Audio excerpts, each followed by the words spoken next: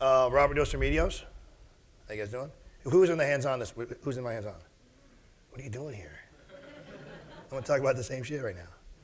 No, that was amazing. Wait till you guys see it. You're on video too, by the way. It's gonna be great. It'll be on YouTube tonight. Okay, so what I want to do today is talk about all those things that we did. So it seemed like kind of a hodgepodge, and the second round definitely was. We were going through and flying around. But all those types of tools we use every day in our programs with all our athletes, okay? So what I want to do today, and I can't really just say this is what we do with the sandbags, and the thing I want to arm people with is basically where would they fit in your present system? Because sometimes people see stuff and they'll go, oh my God, I love those slides, and I love those sandbags, and I love those ropes, and you go back the next day and you're just like, you want to do everything at once. It has to have some kind of it has to fit into your system, okay? So you don't want to be dabblers. So obviously I like to start just by thanking everybody. I've been doing this for a long time, okay? So I think 4 years ago was my first year on Perform Better, and it was like I was the new kid on the block. I'm 46, but I'm the new kid on the block, but I've been doing it for 20 years. I've been doing this in the trenches stuff for a long time. So I've had a lot of influences, right? I've got Alan College was one of my best friends. Lives right near me. I mean, I get smarter just standing next to the guy. So I got guys like Boyle and Verstegen and Gray, all these guys, and the great thing is I get to hang out with them a couple times a year. Right? And my voice is just shot, sorry about that. Chris is the one that brought me in here. We Perform Better, and the one and done thing, there are one and dones. You guys probably saw some of them this weekend.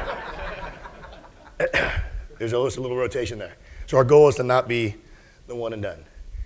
And the one thing I like to say is I always tip my hat to everybody that's at these, and I see the same people year after year coming and learning from all these people here. So it's a tribute to you guys, the professionalism that you have to come and take the time and invest, pay your money, come take time away from your schedule, your families, to learn, okay? That's a really, really important thing.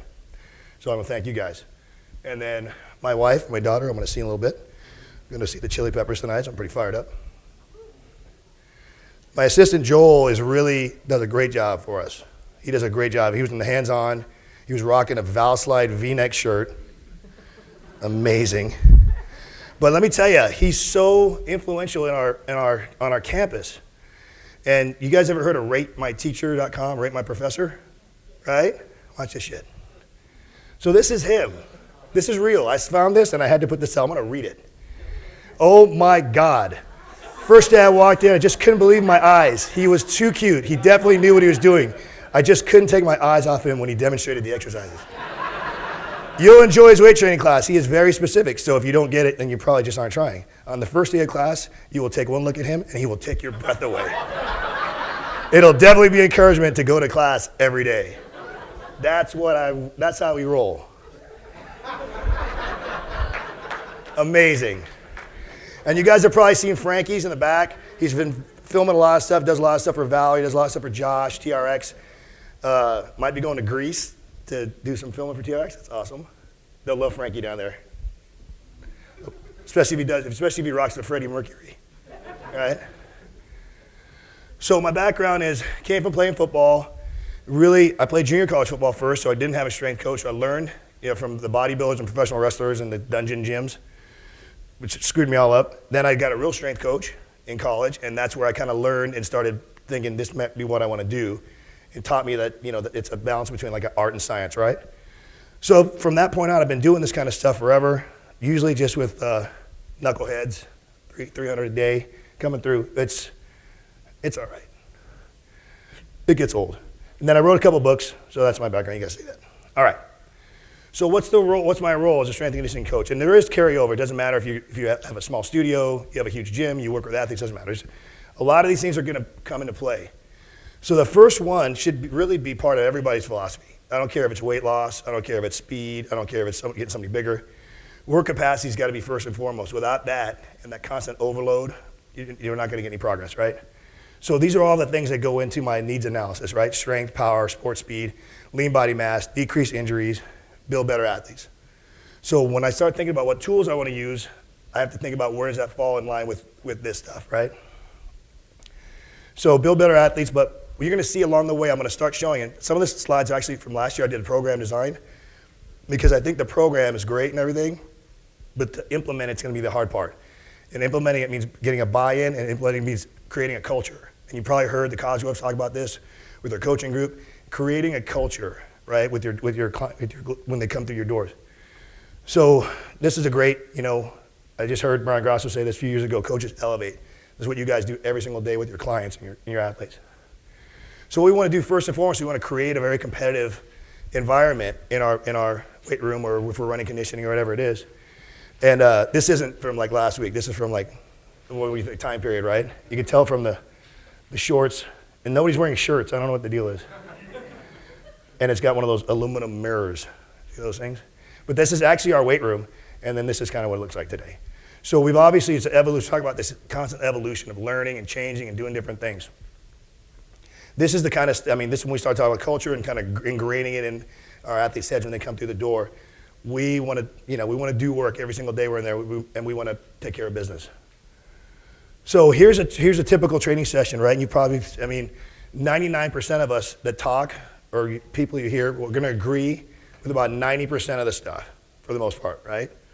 So, but we'll fight each other and have internet battles over the 10%, right? So we come in and do like a mobility activation for us. It's a poor man's activation. We foam roll and we do a set of Turkish get-ups. Right? And I learned that from Gray, addressing all those intricate components of like the FMS, right? So we go in, get on the platform, do a bar complex warm-up, and then Olympic lift variation. Then we'll deal into like a full body or a push-pull kind of sequence, depending on how many days we get them. I'll lay it out at the end so you see this. We'll have some kind of core in there, and then depending on the time of year, some sort of finisher, right? And then they'll finish with a self-stretch. Now, when we start talking about these toys and these tools, I want to make sure that we differentiate between, your program, your philosophy, and then the tools in your toolbox. They're not the same, okay? So make sure we understand that you have to have some kind of, like I said, mine's work capacity. From there, it's easy. Okay, I have to kind of push the envelope, kind of keep, grinding away, and we're going to constantly build get that overload stimulus. So these are the things I'm going to talk about. We have some video and stuff as we go, but kettlebells, suspension training, sandbags, all the different types of jam balls that don't bounce back and hit you in the face. So like slam, like the jam balls with the sand in them, sand bells, and then obviously sometimes we want to bounce.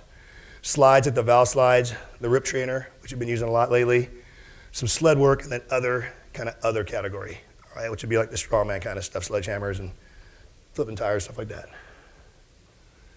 So this is where you guys got to really think about it.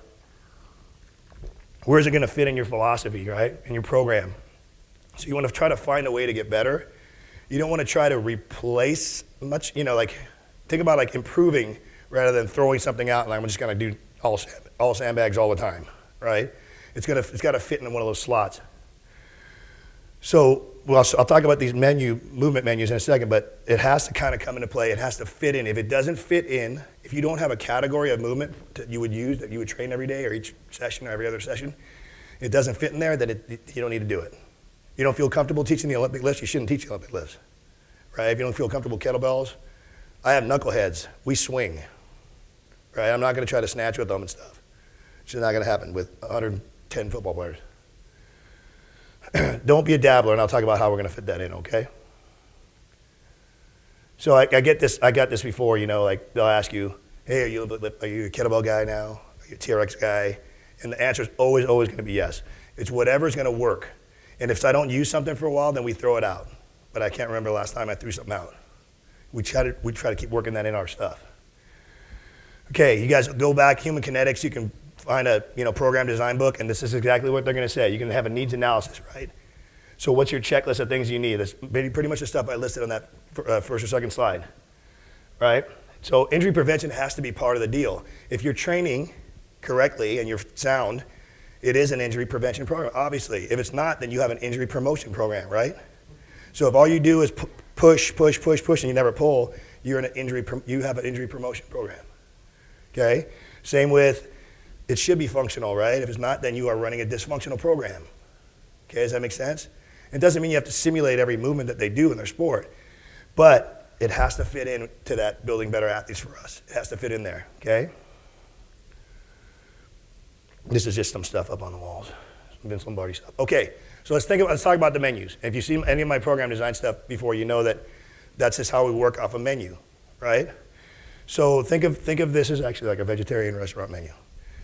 You're gonna have like appetizers and main courses and desserts and things like that. So we're gonna have horizontal pushing, vertical pulling, core rotational, core stabilizing, that kind of stuff, okay? So like for example, here's an explosive. And this is just a few things. It's not a big list. But we'd have like our Olympic lift variation and other explosive. So it could be like loaded jumps. The black would be like the new alternative stuff that we would have in our toolbox. So for us, the kettlebell spikes, which you'll see, okay? Or kettlebell swings. But we have all types of different clean variations, hand cleans, split cleans, power cleans, squat cleans, whatever it is. It's all different things that we would pick from that menu. There's like a knee dominant, right? So I'm gonna have a bilateral and a unilateral list of items on that menu list, okay?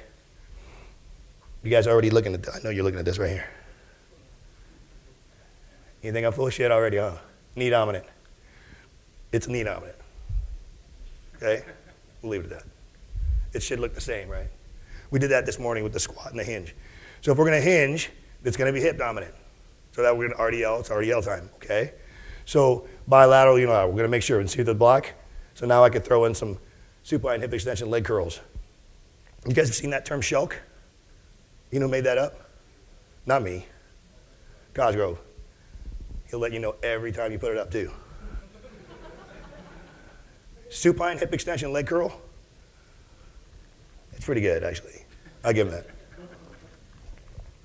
Okay, horizontal pushing, just giving you guys some ideas, right? Because we're looking at bilateral, unilateral. And then there's a TRX push-up variations, which are great, especially for athletes that can't do good push-ups, right? We can get them more vertical and we can work that. Vertical pushing, I'm gonna start throwing this in right here. Okay, because I was tired of going on YouTube and seeing 16-year-old girls strict pressing more than me with a kettlebell. So I figured out, and I started talking to some smart people, RKC people, and there's techniques. So we're gonna start trying to work on some strict pressing, okay? So we have that. Vertical pulling, for us, we're pretty much limited to like the pull-up variations. We don't have any kind of pull downs or any kind of pulley systems. And then horizontal pulling, we have a zillion different TRX row variations now that we will use. And before we were basically limited to bent over rows, right? So now you got a situation where if you're gonna do barbell bent over rows, I'm gonna have some athletes, some football players and stuff that are gonna be stronger at the row than they can actually hold. Right, so now I got 275 on there and I can't hold. So we were kind of screwed in that respect. So we were stuck to some things. So now we've got the ability to do a lot of good horizontal pulling work. And then basically like we have a subcategory within the core. So you got all these plank variations. So we kind of call this a stabilization menu. And then you can see like the black stuff would be like adding the TRX stuff, ab wheel, things like that, okay? And then you've got more of like a rotation, anti-rotation. We'll pair them up sometimes, like 2 sets of each of those, or just focus on one day, and the next day focus on the next. And then all the black, see that, all that stuff that comes into play. Now on the other, this would be a lot of this kind of stuff here would be like the metabolic stuff, the Metcon stuff, right? You know, kettlebell swings, time sets, density sessions, circuits, things like that. And then depending on what time of year, what your goal is, part of your conditioning. Okay, so this is the thing I always tell people, like, you know, if you go to like an IDEA conference or something, and you go through and you see all the shit that's out there, it just drives you nuts, right? Because it's just ridiculous stuff. But every once in a while you come up on something and you're like, oh, wow, it's kind of cool. Right, a rip trainer or something like that, it's kind of cool. I can do this. Where does that fit in? It kind of sucks when something good comes around because now I have to play with it and see if it's going to work to help, right? It's got to better our programs. That's your mindset. You got to use your filter, right? If it looks really stupid as shit, then just you wouldn't use it, right? But if something that's legitimate, you know, you might want to think about putting it in there somewhere if it fits in your program. This is the thing that gets me. You see this all the time. Everyone's on Facebook, okay? Who's on Facebook? Not everybody's, yeah. So this is the get. If you're on Facebook and you have fitness friends, you wake up every day to what? You see what they ate. They're eating bacon because it's good for you now. They told motivational quotes, right? And then a lot of times you get these things like, I'm outside the box. There's no box going to hold me in, right? The problem is that a lot of times nowadays with these trainers is they don't know what's inside the box. So they're rule breakers, but they never knew the rules. That's all fine and dandy, but there are some pretty decent training philosophies that go back a long way that we need to be using because it's very effective, okay? When we start thinking outside the box, I'm thinking like, what's another way I can address this, right? What's another way I can get some horizontal pulling or some horizontal pushing? It's not like bench press related or something, right? That's the thinking I'm talking about, not just sticking in one thing. This is something that Josh Henkin talks about, and he runs into this because he's the sandbag guy, right? If you ever talk to Josh and look at his stuff, he's not the sandbag guy. Frankel is not the TRX guy. Well, he is. He's the professor. See back there? But the reality is that they're education guys. You can use their tool or whatever it is, but a lot of the stuff that they have and a lot of stuff Chris talks about now, especially, didn't even involve the TRX. Okay, so he talks about this. You have something, and then people don't want to try it because they're like, oh no, everybody's doing that, stupid. But by not doing that, having that attitude, then you're the non-conforming conformist yourself, right? You got to open up the box of the mind a little bit and let some of that stuff in, even if it's just to say that thing sucks, right? You got to be able to like differentiate there. So don't look to replace, look to improve what you got. All right.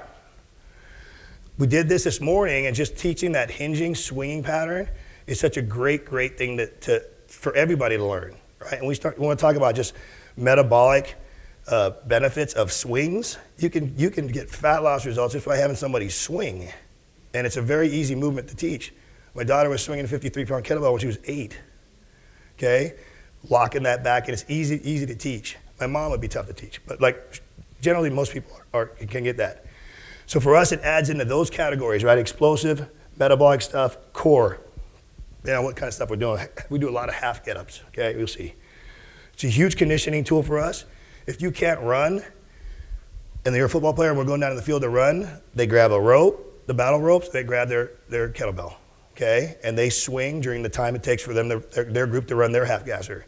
The next time they do the ropes during the time that we're running hundreds or whatever it is that we're doing, okay? So it's a great tool for that.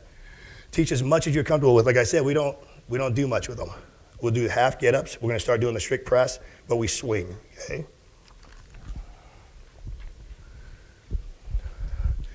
And all this footage is compiled on my YouTube page.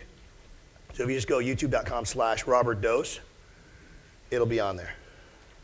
But it just runs it's like 15 minutes long. So spikes, right? So now we got the ability to add that eccentric load. I got Jason Brown gave me this years ago, and we can really hammer away at people. And now we got that great loading eccentrically, because for a lot, even the girls of 70s, just not really heavy enough anymore. So we actually have a band setup that we can do. We can hook the band on it as well. You'll see we're doing seated box jumps as an explosive, and they're doing the half get-ups just to the palm, okay? And they can do it with a dumbbell too. I can't say enough about that half get-up move. It's kind of an all-encompassing core, and we can do it with a sandbag on our shoulder as well. Now, if I have smaller groups, like some golfers, doing some bottoms-up TGUs, and you'll see some different variations that we would do with like our shoulder consideration athletes, like these arm bars. These guys are a mess, so just kind of. They're rocking the jean shorts and I don't know, Okay, so now we're working, this is a great shoulder mobility, kind of core, all-encompassing move. And this is basically coming into a Scandinavian get-up. Frankie, I don't even know where Frankie, is that a real thing, the Scandinavian get-up? It's not from Scandinavia. I had a guy come down and say, no, I'm from there, it's not from there. So. It's probably from like Long Beach or something. So with us, with the kettlebells, that's where it fits in. But like I said, now we're going to start expanding and working that strict press, because it's a totally different movement doing a kettlebell strict press than it is a dumbbell. We do a lot of dumbbell single arm jerks and push presses and stuff. It's totally different, okay? So that's one thing we're going to start working on when we start school here. So sandbags. Sandbags are amazing. They're amazing if you played around with them today. I think the sandbag rotational lunge could be one of the best exercises in the world. Okay, I'm obsessed with brakes. If you've ever seen my Chaos Sports Beat stuff, it's great, acceleration's awesome. Nobody ever got hurt jumping up, right? So I'm obsessed with the brakes, and when you think about that, the loads that are coming down and you're having to decelerate when you're doing that rotational lunge, especially if you start turning it into more of a swing, like a kettlebell swing, it's brutal. Okay, you don't need a whole lot of weight either. As a matter of fact, you don't really want to go too heavy on that. So for us, you could take those types of moves. Now we can go most of the time multiplanar, right? But I can take that move and we can do cleans, snatches, and now we can change things up. We could change our base. And I could do rotational snatches and cleans where I wouldn't be able to do that with a barbell or a dumbbell, okay? So, like, Will's one of the strongest guys on the list ever, and we did a circuit the other day. The bag was probably 120, and what did it feel like? I'd rather do well over 200 pounds than pull that. So it's just a whole different feel, right? It moves around and everything. So it's gonna add to these categories for us: explosive, knee dominant, hip dominant menus, even some core stuff. And then when you do these combo moves, it's just a very functional kind of tool, okay?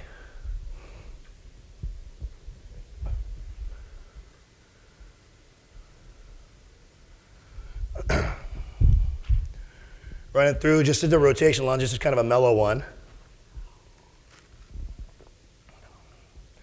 Just squats and that front squat or Zercher position changes things up. You can go to hip dominance things like Good Mornings, RDL style. Really, really tough. Here's my goofy guys again. Just doing kind of a terrible, terrible example of a cyclone, or I don't know what that is. Then we could add in kind of the metabolic stuff, and you know how Dewey's loves the crawls, and crawling is just really, really good for you. Now we can add in this load, some of the stuff that we were doing the sandbags in the hands-on with Josh. Now, I think when we start talking about bear hug squats, goblet squats are like the unbelievable corrector, right? I think this even goes a step further. I think it's even better, because I think just that feedback of squeezing and hugging it makes you have a more vertical torso, deeper squats. It's a great exercise. And you saw Joel doing some shouldering. So now just Olympic variations with cleans and snatches.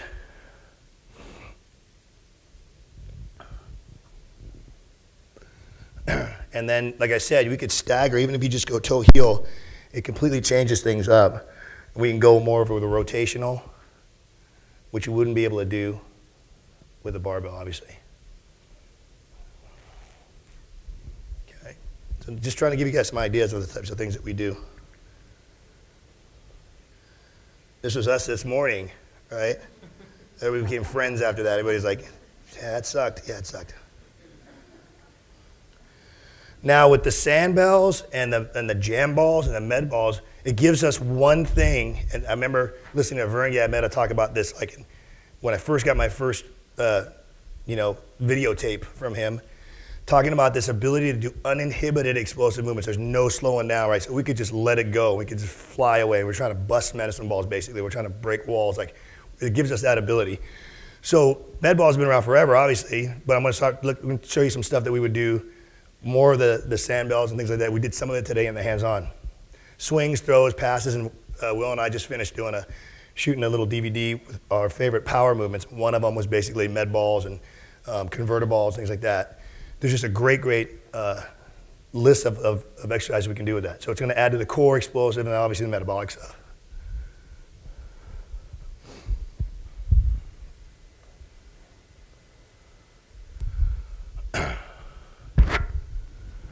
So these are just like the sandbells. These are like 40 pounds. So we're just uninhibited, just scoop throws. Watch this. Somebody's almost going to die right here. Watch this. Watch this. Right here. Watch this. Look. It's weird that I kind of think that's funny, right? Just they're not doing a great job here at the swings, but I like to think about, really being good. Like, who was it? Glass was talking about that, about the hips, right? And getting that pelvic powerhouse, is that what you call it? Right? think that was Will's nickname in college. All right. So the convertible is great. And what we've done with the convertible is they brought back the old school ones. The other ones would just bust and they'd pop off and they'd fly. But those ones are really, really great. Now we can do different types of slams. You'll see, here's that slam we were trying to get people to do earlier, which was like that kind of, it's heavy, so your hands are actually going faster than normal on the slam, but now we can work that crazy, almost exaggerated counter movement with the vertical jump. So obviously volleyball girls, really, really big to be able to get up. When you do it with soccer, it's really funny. You ever have just soccer people jump? You know how they jump? Like this. It makes sense though, right? It took me, I don't know how long to figure that out. I'm like, what are they doing? Why do they jump like that? Okay, so that's just kind of some of the things that we could do that would fit in explosive stuff, it would fit in core stuff. You know, where's it gonna fit? I'll show you at the very end in the world's smallest font on this presentation later. So with the slides, with the Val slides, now we can kind of change the game up, especially with the core. Really? Oh, they're leaving. They're going to the airport. It's like front row, and you're going to leave in the middle? But now it's a game changer when you start to put it under one foot and you start to do things like lunges and you're loaded with a sandbag on the shoulder or dumbbells in your hand or something like that. Okay, so it's going to change the game up. So let's just look at some of the stuff we do with the slides. This one's going to fit in many menus. So here's just saws, right?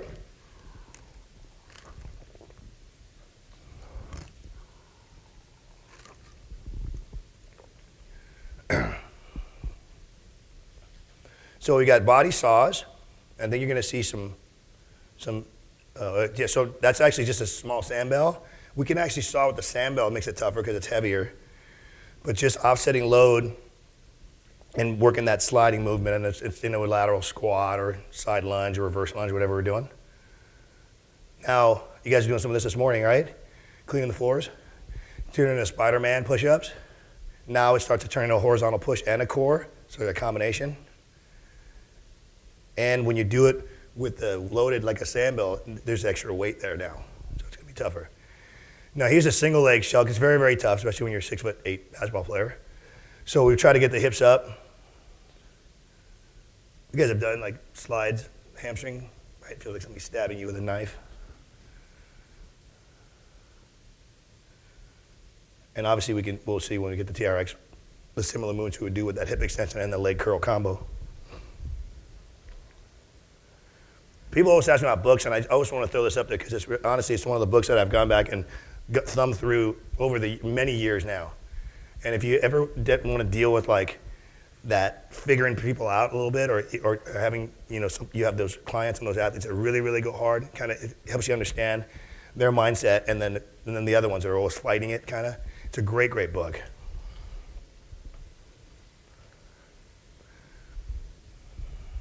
Okay. So now what I was limited to when I started thinking about core, remember we talked about I was limited on the rows, bent over rows for horizontal pulling. Well, I was always limited to explosive, like rotational stuff to med balls, right? And at some point, even with a 17-pound med ball, sometimes I want to get a little more load on there. Well, now, TRX comes out with the RIP, and it's really, really added. You'll see what a great, great tool this is. But now I can get a ton of stuff. I can really address some of the posterior core stuff that we need, and the great stabilizing, great like vertical planking type moves. It's an unbelievable tool for us. Okay, there's a little bit of a learning curve, but we keep it pretty simple.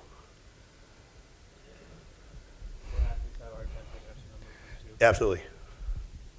Okay, so here's a pitchfork move, right? And now we're going explosive, and we're really just lighting everything up back there. You'll see it's going to come back and do it again in a bit. So just, now we've got like the anti-rotation stuff going, simple stuff, right? Just coming out and holding, like Pallof press style. Just changing up the base of support, just changes the core, right? It's not really a lower body exercise, but we're really trying to hit that core and anti-rotation and anti-side flexion. Now here's like the triple strike. But I like that, the holding that plank at the end range, still working on getting those hips, that whole pelvic powerhouse thing in the mix. And these aren't the medium bands, right? These are the XXL bands. See that? Tough to do. There's that pitchfork. Yeah, I really love that. Because you're really lighten up. It's like an X across your body, right? From the shoulder all the way down to the opposite glute. The pitchfork? Yeah, that's just that's how we learn it. I don't know.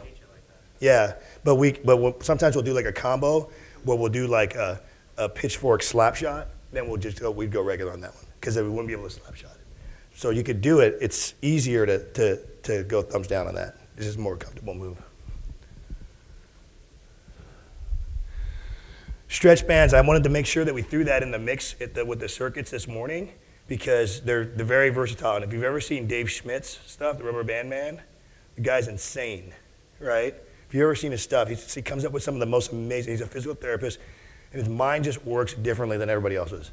But he comes up with these amazing, amazing positions to do horizontal pushing and vertical pressing, explosive stuff, core stuff, stretching at the end, like just nasty stuff. So, we even have the big giant ones now. Have you ever seen those? They're like the giant stretch bands are really big, so we can actually get 2 people in. We can do partner stuff, or assisted running, jumping, without having to interlock them. If you guys have ever done that, you take them and you interlock them, and if they're not the giant bands, then they're almost impossible to get the knot out later. So for us, it saved a lot of skin on our fingers. So for us, like I said, I'm obsessed with brakes, right? So for deceleration drills, awesome. You can add that load, and you can be in control of which size band. Speed squats will show you some of the belt squats that we did this morning, but with the real bands now, not the little mini ones, okay? A lot of anti-rotation core stuff, good explosive jumps under load.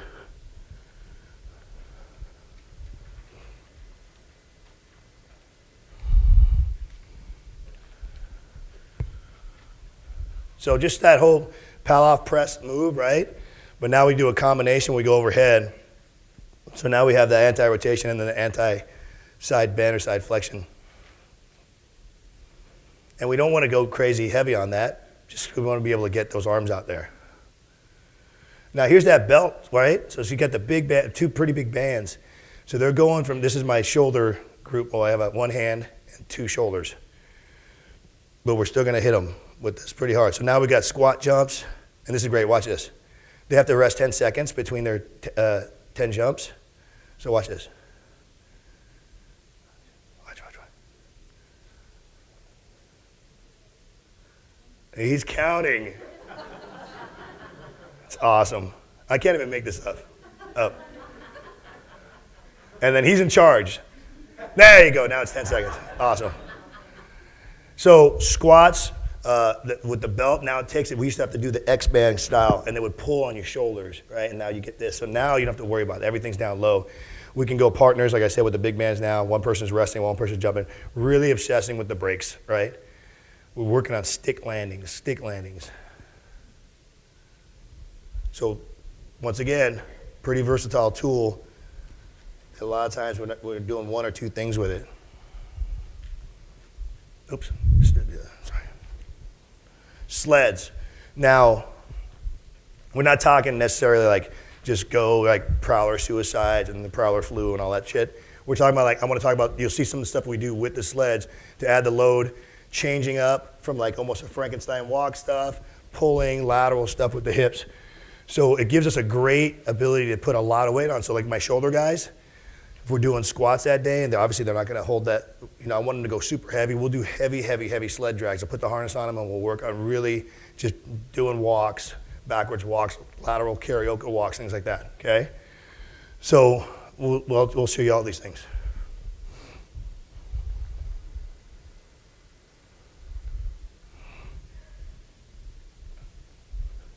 So here's just hooking that TRX up and working the Frankenstein walk. Now, with that, you're still pulling it obviously, but the premise is you want to almost feel like you're pushing something away. And really, it's really true. It's impossible to not turn the core on anytime you do anything with a TRX.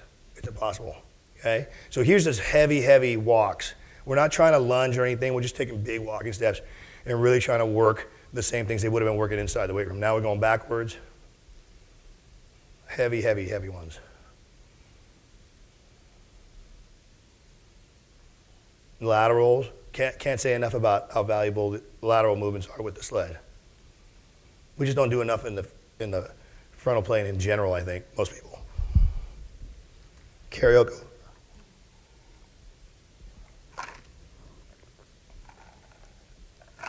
This is the only time our hallways ever get cleaned. Duck walks. Great, great, great posterior chain, right? Dragging through with the hips. Impossible to go really big on your steps unless they bend their knees. So they know if they get much further than the front of that front toe, they're probably bending their knees too much. Now we're going to fry that backside. Okay? I'm going to show you some combos here. Because if you've ever seen Dan John talk, he talks about just loaded carries. So let's look at some combos. Now we're going to have that horizontal load pulling, right? And we're going to turn it on with the vertical loading, right? And now he's symmetrical here, so it's actually not, it's tough. With a double rack, he's got everything's, going vertically and pulling behind. He has to really, really zip that core up. Now we can change things up, right? So we go from up high and low, different weights, different implements.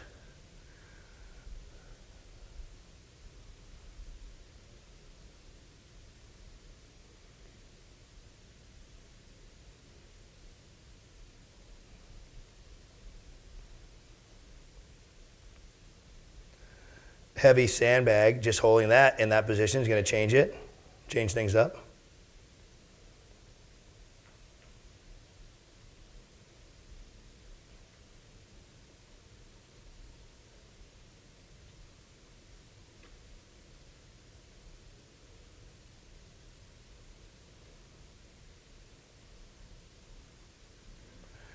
Pretty tough now. Now we really start to change things up, change where that load's actually going to sit. You can see how hard it is for Joel to even move forward. So we probably would want to take a little bit of weight off of that or drop the weights up here.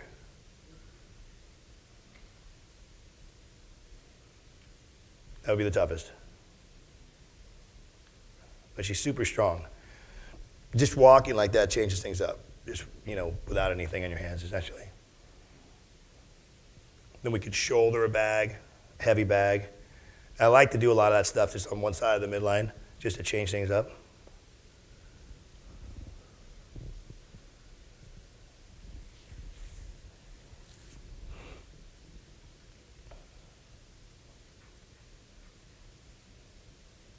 And there's the heavy shoulder now pulling to one side, right? So you're obviously fighting to keep everything in check.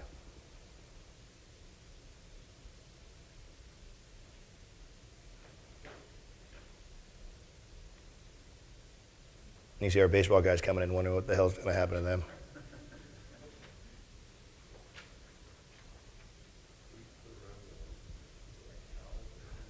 Pieces of like carpet, like office carpet.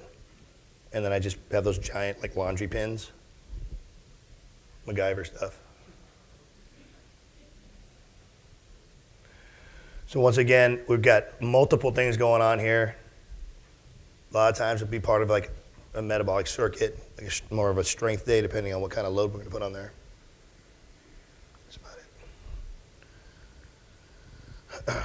Now, when we start to get into the suspension stuff, this has been huge for us. I just can't say enough because the funny thing is when I talk to people, when I go and hang out with the TRX guys, and you ask, well, yeah, we have one on every squat rack. You talk to schools, oh, what do you do with it? Oh, we do some of these.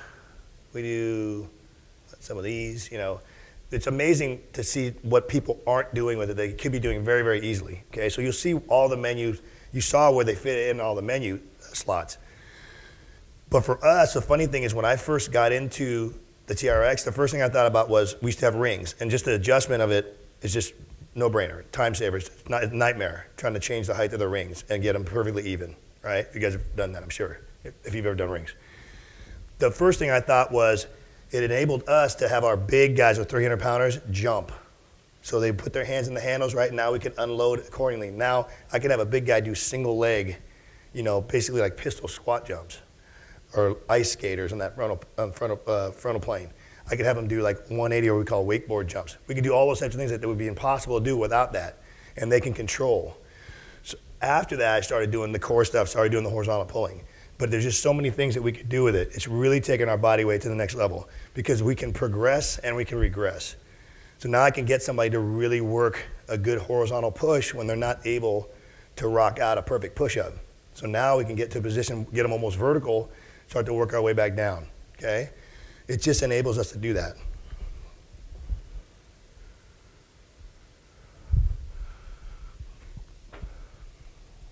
So, you know, we could take any kind of row, we can change it up, we can get them under the anchor, we can put them more upright, you'll see the different variations that we can make it tougher or easier, whatever we need to do.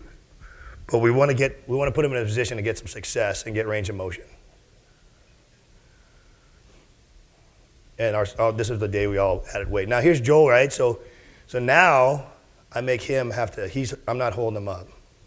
So now this turns into a serious, he has to zip everything up or he's going to eat it. So he's squeezing as hard as he can. And I'm not standing like this either to make it easy. So I'm going to make it just stand regular. And now we're going to work and get double whammy, right?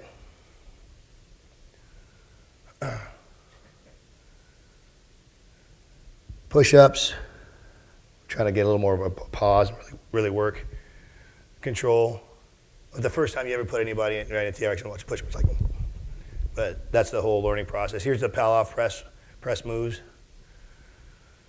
If you want some good core stuff, you got to get with Frankel. He's come up with some crazy stuff. He's just like, just our pull push. We can make it tougher and bend their knees, make it more like we call it grab or pull push. But once again, rotational stuff with the core or anti-rotation.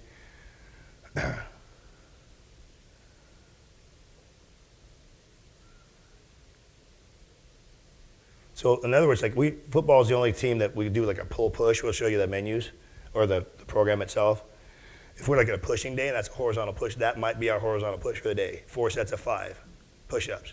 And you know, the first time guys come through, they're like, Coach, I can do like 50 push-ups. I can figure out a way to make 5 impossible. Especially when you get in the TRX. Now we got we call these the hinge rows, and this is because we have our anchors on the wall here, and they got a little grip tape here. So now we can kind of drop the hips, and it's a completely different pull. It's almost like a row like this. It's a different feeling. Once again, look, if you load that up, we can get a lot of load on that. Oops. So now, let's talk about some of the other stuff. You know, tire flips and farmer's walks and heavy sledge. I think farmer's walks are great. It goes in line with Dan John always talks about the loaded carries. Like carry something like loaded, heavy walking somewhere. Like it's good. It's just good for you. So for us, we'll hold the heavy dumbbells or actually bring the barbells out, and we'll do farmer's walks. The heavy sled drags, you saw some of that already in the hallway. We'll get out there, and then we may just put heavy sled pushes out on the field and do races with the sleds.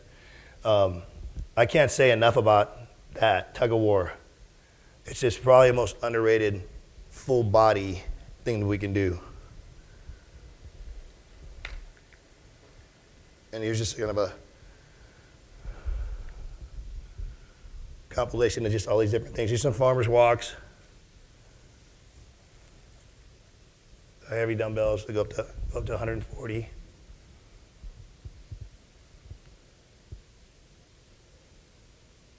The heavy jump ropes, you guys tried those out? You ever get your feet caught and you just eat it? Sledgehammers. We usually try to square up so we're not sitting on one side, so we just alternate sides or just basically toes to the tire. We had 4 tires out on our field, and now we have 6. Somebody actually dropped tires off.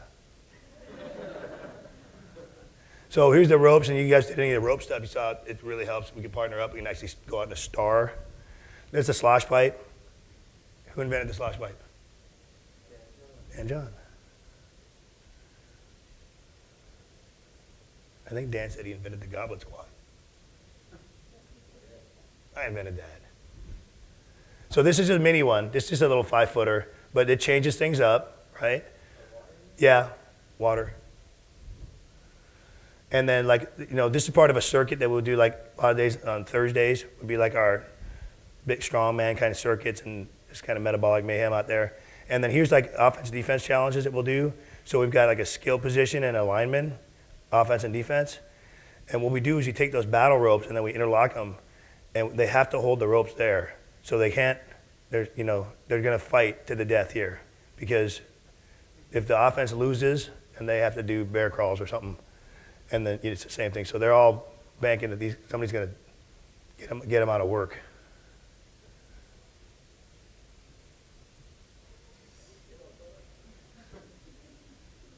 But everything's on, right? It's like trying to explain what muscles you work in a Turkish get-up. It's like everything's working, right? Yeah, it's just shame. Shame. Okay, so let's, as we kind of run out of time, the planning is going to be the key when you put this in. I want to kind of run through and just kind of show you some stuff. It's obviously not a program design lecture, but I just want to kind of show you like how we lay our stuff out. So your periodization schedule is going to dictate some of those activities. Some things are more suited, like there's exercises in general that are better suited in the higher volume than the lower volume, and vice versa.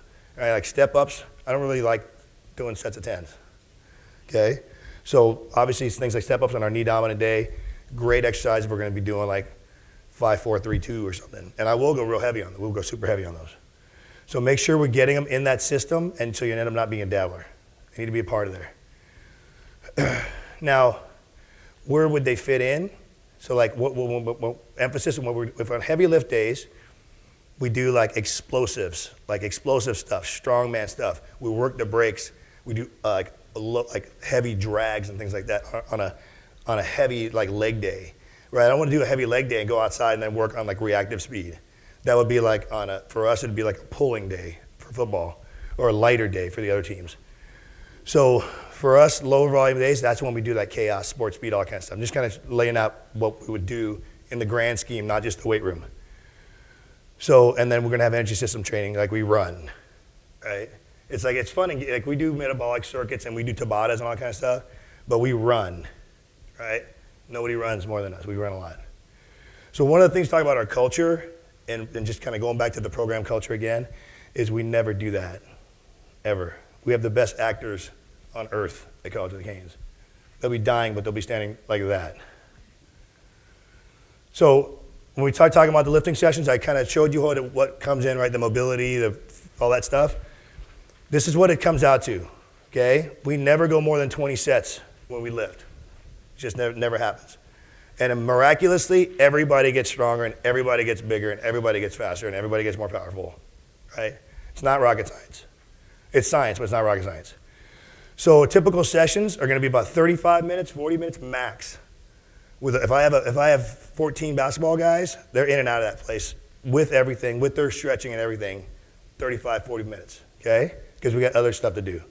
Football might take up to an hour just because we have 100 in that little weight room, okay? So intensity's high. We never do slow concentrics. I hate that.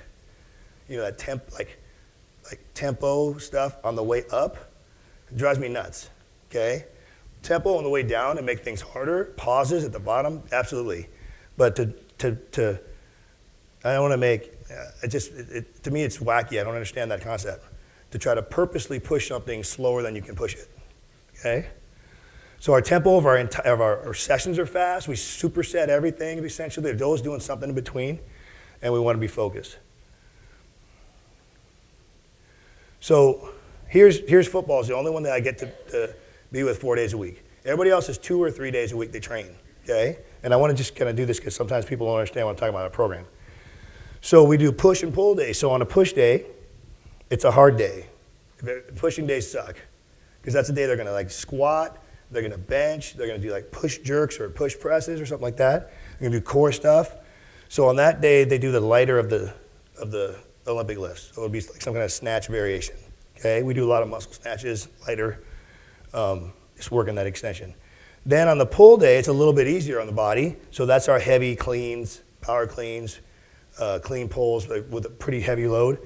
Now we're going to horizontally pull, vertically pull, do our hip dominant exercise, and then core. Okay, but we're going to kind of pretty much superset everything. Okay. So here's an example. You guys have that. I'm not going to go through everything. Now the other would be like, what are we doing at the end of that workout in the weight room maybe? Okay, I might go outside. You could do that as a 3-day as well. Pull, push, pull. Next week, push, pull, push. Okay, ABA.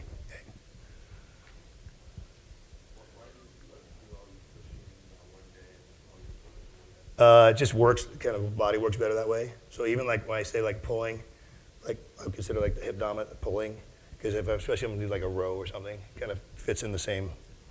It's almost like this is kind of how our body works better, I think. Now, I don't think I have it up here, which bugs me. We do a full body, right? So here's a modified full body, if you want to write this down. It's real simple. If I have a group that's going to lift twice a week, it's going to look like this. They're going to come and do that mobility, all that kind of stuff. They're going to come and do Olympic lift. They're going to pair that with a core. They're going to do Olympic lift and pair it with a core exercise that day. They're going to do a knee dominant exercise. They're going to pair that with an upper body pull. So they might do front squats and chin ups. Okay? They're going to do a hip dominant.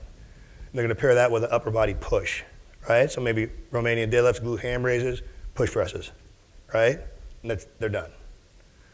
Okay, the next time they come in, if we vertically pushed last time, they'll horizontally push the next time. Okay, but we're always going to do that knee in the hip, and we're going to do that each time we're with them in the weight room. Okay? That make sense? I don't know why I didn't put that slide up.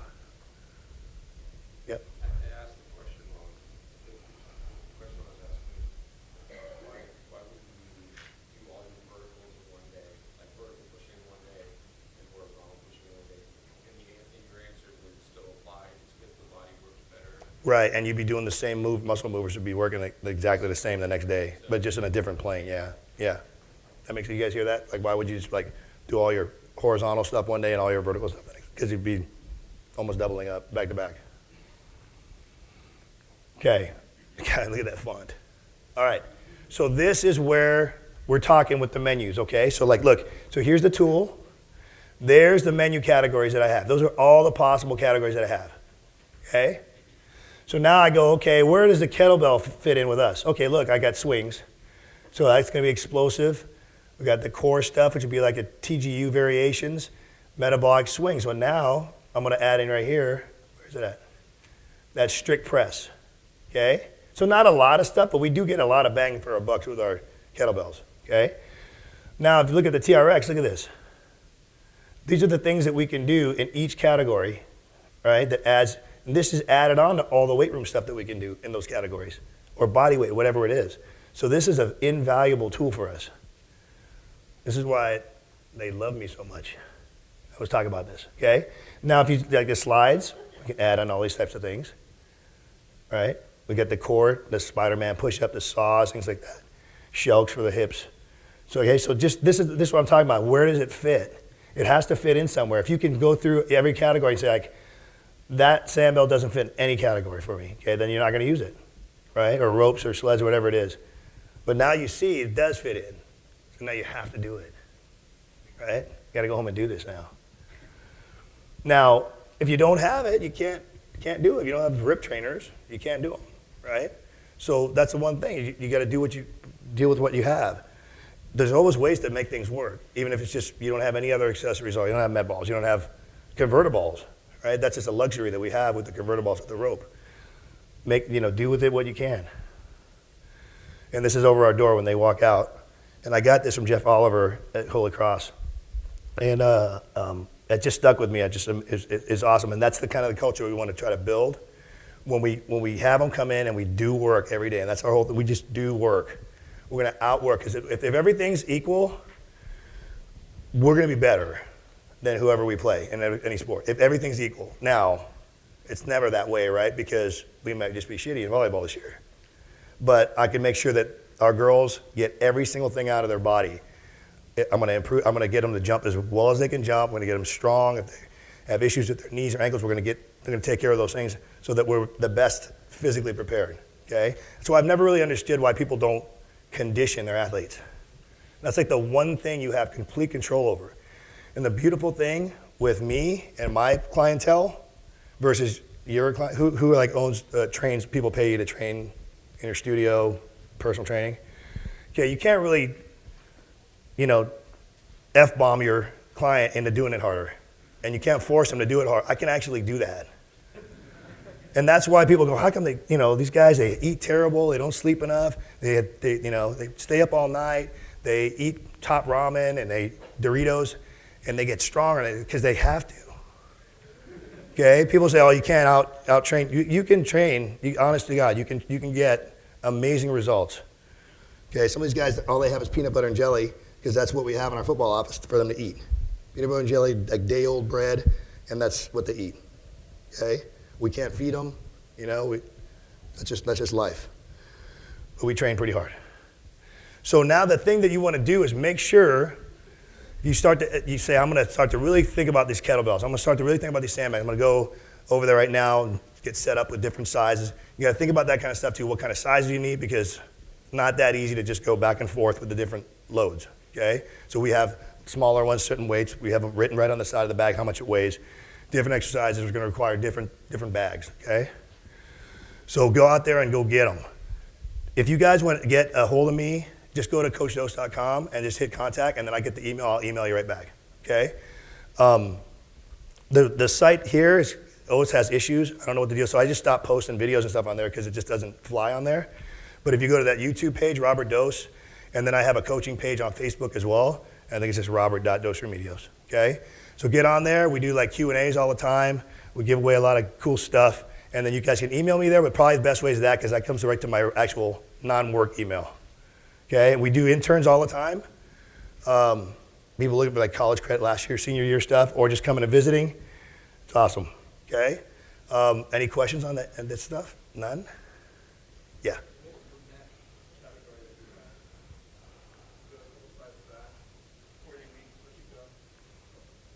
Oh, for the football guys? Yeah. I'm not working volleyball next. But like we'll do neck bullets, like, partner plank, bridge and here sides, 4-way neck, just manual stuff. Yep. I saw with the kettlebells you had more metabolic and swing down as a hip hinge. Would you use it more? I think because of the load. Yeah, so like I can get away with it with like some of our females, especially with the spikes. I can actually make that the explosive for the day. Yeah. Or we can add the band on there and make that the explosive. I've been doing that. But for the guys, most of the guys, they're too strong for it. They can actually do 20 reps. It wouldn't fall in that same category. Yeah. Yep.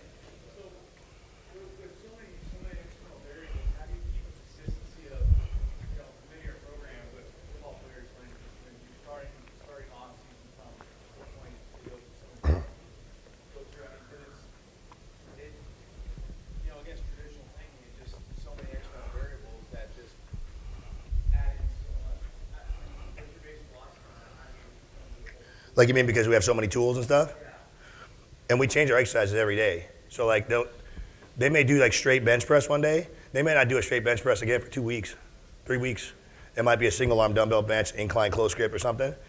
But we always move those movers. So like I'll always do something from that category. So it's always the muscle movers working in that category. Now it might be different. It might be a TRX one day. It might be a dumbbell one day.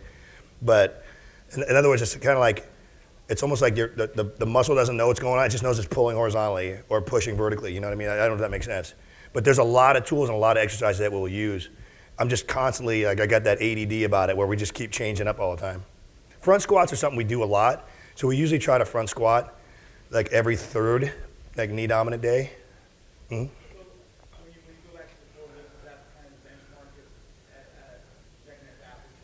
Yeah, we'll still test on those, yeah. Yeah, and it's amazing. You could bench press and then not flat bench, and do all the different variations, push-up variations, and inevitably they get stronger on their bench. Yeah, that's a good question. Mm-hmm.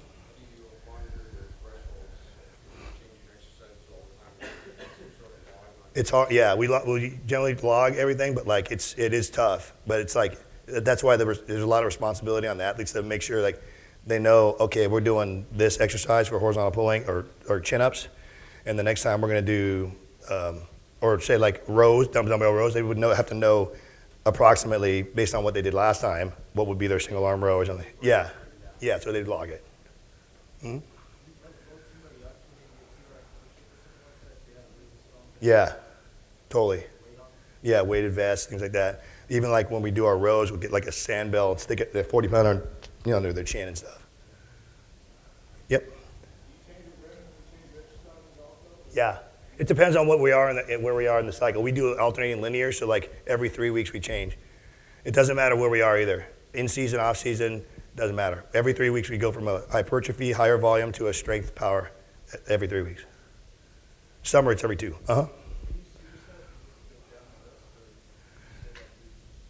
Yeah, generally with these, there's like a lot of times I'll superset with something else. It wouldn't be like we'll try to go back and forth between things that aren't going to damage each other. But like on pushing days, it's tough. But for the full body ones, we superset everything, like the way I laid it out. And then the other initial categories are the Yeah, or is it specific sport that yeah, it'll be in there somewhere. They might be supersetting neck with squats or something. Yeah. Yeah, there's just way too much volume. Like I'll get programs, like our kids will go sign at schools and they'll send back their program that they're doing. And it's just, there's some horrific shit out there. Where they're doing like 40 sets, I've seen like up to like 50 sets in a workout. Let's just do the math, right? It's impossible. They'll say get it done in an hour and you're doing the math and you're like 50 sets, minute rest, it's 50 minutes of rest. Right? It can't happen. Huh? What? Oh wait, go back there. Sorry, going to that point where you said you were doing about 15, 20 sets, is that work sets or is that total sets? That's work. Like I wouldn't count like a warm up. Yeah. My kids hate the warm up too. I have no idea why they do that. Like we'll go to do squats, and the kid will go and put 225 on the bar right away, and start doing warm up, and then go, and I'll go, you know what the world record squat is? And I go, what? And I go, that's like 1,200 pounds. I go, you know what the guy warms up with? The bar. Then 135. And 220. But yeah, it's kind of ingrained in their head. Like you're gonna get ready how you personally will need to get ready, but get ready. Don't just go in. Huh? Would you ever do hip dominant and knee dominant in subsequent days? Like would you ever squat and then hip lift the next day? Like I was just looking at the. Yeah, but remember, like I would squat one day, but then I would hip hinge the next day. Right? Like yeah. Yeah. So you would do like if you squatted one day and did like a deadlift the next day, would you just like modify the loads? So But I wouldn't deadlift because that would be my squat. Yeah. It'd be like a Romanian deadlift or a good morning or something. So yeah, technically you would be kind of hitting the glutes again, and the stabilizers again, but it still fits in with our pulling better than our pushing, Yep.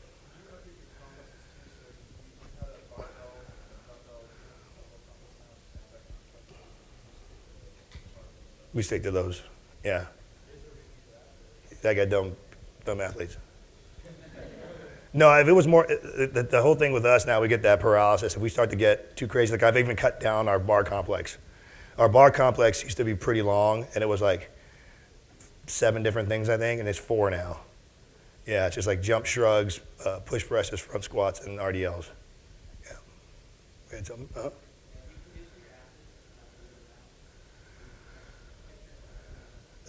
Kind of. Like with football, we don't necessarily run like in the spring, but we do a lot of the Metcon stuff and the circuits and stuff like that. But in this summer and season, we run. And a lot of the other sports, really, as I get to preseason, we'll start to really kick up their running and stuff. But they're always doing like those kind of circuits and the finishers and all that. Any other questions?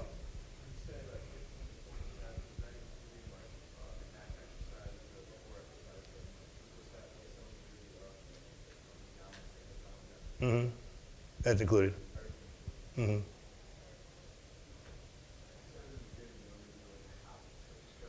Yeah, just to the palm. So instead of coming up and hitting the hips up and getting, we'll just go elbow all the way up to the palm. Yeah, core. And we can go super heavy. We can go a lot heavier than we can going up. And time. Like a set of 5 TGUs, that's a long time. Especially when we're going to go super, super heavy too. Any other questions? Thanks so much, guys. You guys are awesome. We'll see you.